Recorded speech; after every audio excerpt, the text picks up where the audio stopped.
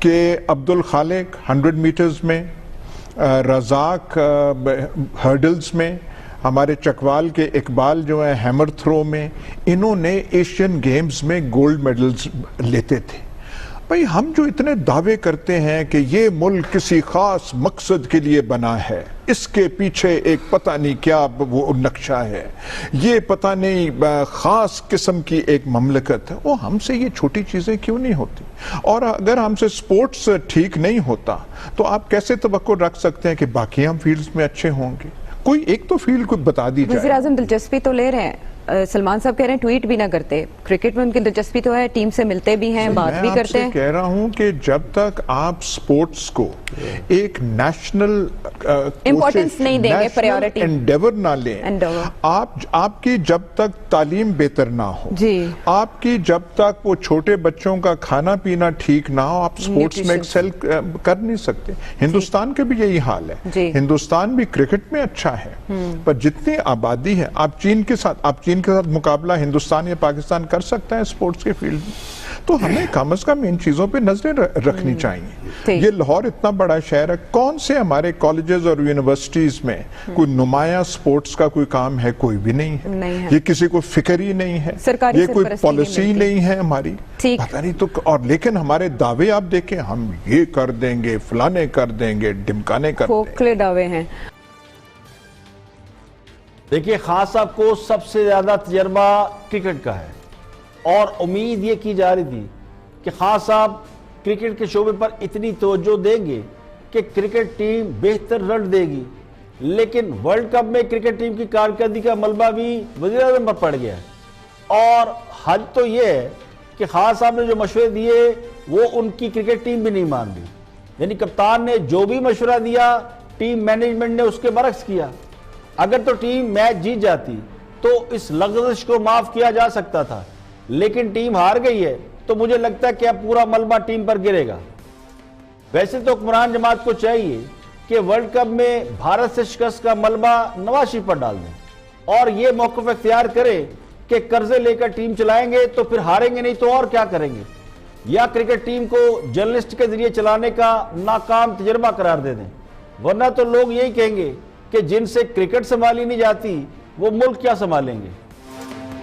ایک اور معروف تجزیہ کار ہیں اور کالمسٹ ہیں ارشاد بھٹی، اور رپورٹ کارڈ میں موضوع یہ کہ کیا علیمہ خان اور فریال تالپور کے کیسوں میں یکسانیت ہے، اور اپوزیشن کیوں یہ مطالبہ کر رہی ہے کہ جو سلوک فریال تالپور سے کیا گیا ہے وہ وزیر اعظم کی ہمشیرہ علیمہ خان کے مقدمات کے حوالے سے کیا جائے. اس پر ارشاد بھٹی اپنا تجزیہ دے رہے ہیں. Watch this.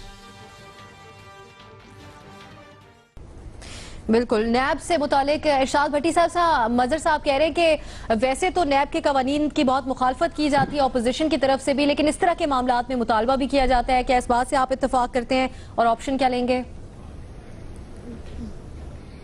دیکھیے پہلی بات تو یہ ہے کہ پی پی اور مسلم لیگ نون مقدمات جتنے بھی چل رہے ہیں دونوں نے ایک دوسرے کے خلاف بنائے، اور پھر دونوں کی خواہش تھی کہ ایک دوسرے کا احتساب ہو. اور جب بات شروع ہوئی تو اب الحمدللہ دونوں ایک دوسرے کے ساتھ مل کر تیسری پارٹی کی مذمتیں کر رہے ہیں. پہلی بات تو یہ ہو گئی. دوسری بات ہو گئی کہ پاکستان پیپلز پارٹی غالباً بھول گئی ہے پاکستان میں ایک تیسرا نظام بھی ہے. ایک نظام ہے فریال صاحبہ والا، ایک نظام ہے علیمہ صاحبہ والا، تیسرا نظام ہے وہ 2000 خواتین جو پاکستانی جیلوں میں گل سڑ رہی ہیں، جن کا کوئی والی وارث نہیں، جنہیں کوئی قانونی رعایت نہیں، جن کے لیے کوئی ہاؤس اریسٹ نہیں، اور جو تھوڑے چھوٹے چھوٹے جرم میں اپنے کم سن بچوں کے ساتھ اور بھیڑ بکریوں کی طرح جیلوں میں ہیں. تیسری بات یہ ہے کہ ہم یہ زیادتی کر جاتے ہیں، جیسے مظہر صاحب نے کہا ہے کہ جب بات ہو کسی سیاستدان کے کیس کی، مشرف کہاں ہے؟ جب بات ہو پیپلز پارٹی اور لیگی کیسوں کی، پی ٹی آئی والے کیسز کہاں ہیں؟ ہم کل تک نواز شریف اور عمران خان کے کیس کو ایک جیسا بنانے کے چکروں میں تھے، آج علیمہ اور فریال تالپور صاحبہ کا کیس ایک بنانے. بلا شبہ مشرف کا احتساب کریں، بلا شبہ پی ٹی آئی کے لوگوں کا بھی احتساب ہونا چاہیے، بلا شبہ علیمہ خان کی جس طرح تفتیش کرنی ہے کر لیں، مگر مکس نہ کریں خدا کے لیے. اور اب علیمہ خان اور فریال تالپور کا کیس اور خدا کے لیے نہ کریں, اور یہ سیاست نہ کریں. زمین آسمان کا فرق ہے. 5 سال پیپلز. دیکھیے مسئلہ یہ نہیں کہ فریال تالپور صاحبہ یا علیمہ خان صاحبہ کے مقدمات میں مماثلت ہے یا نہیں. مسئلہ نیب کے ڈبل سٹینڈرڈ کا ہے, دوہرے معیار کا ہے. جب جرم کی نوعیت ایک جیسی ہے تو پھر کارروائی بھی ایک جیسی ہونی چاہیے. اپوزیشن کا اعتراض یہ نہیں کہ ہمیں پکڑ لیا تو باقی لوگوں کو بھی پکڑو. اعتراض یہ ہے کہ احتساب کے نام پر ون وے ٹریفک کیوں چلائی جا رہی ہے. اگر نیب اور حکومت کا کلیم یہ ہے کہ احتساب اقراضی بورڈ ہو رہا ہے اور غیر جانبدارانہ ہو رہا ہے, تو نیب صرف اپوزیشن کے لوگوں کو کیوں پکڑ رہی ہے؟ اپوزیشن کے شور مچانے کا مقصد جو مجھے سمجھ میں آتا ہے وہ عوام کو یہ بتانا ہے کہ حکومت اور نیب مل کر اپوزیشن کے خلاف کارروائیاں کر رہی ہے. تو بنیادی مقصد وہ حکومت کی اس ایکٹ کو یا نیب کے ایکٹ کو ایکسپوز کر رہے ہیں. دونوں خواتین کے مقدمات میں حالات و واقعات کا فرق ہو سکتا ہے, لیکن یہ تاثر موجود ہے کہ زرداری صاحب کے لیے فریال تالپور اور خان صاحب کے لیے علیمہ خان فرنٹ مین کا یا فرنٹ وومن کا رول ادا کرتی رہی. آج کے لیے اتنے, کل پھر حاضر ہوں گے مزید خبروں, تبصروں, تجزیوں کے ساتھ. پروگرام اختلاف رائے سے افتخار کاظمی کو اجازت دیں. آپ ہمیں فالو کر سکتے ہیں سوشل میڈیا کے ان پیجز پر, اور یوٹیوب چینل پر آپ ہمارا یہ پروگرام دیکھ سکتے ہیں. اجازت دیجیے, کل پھر حاضر ہوں گے. اپنا بہت بہت خیال رکھیے گا.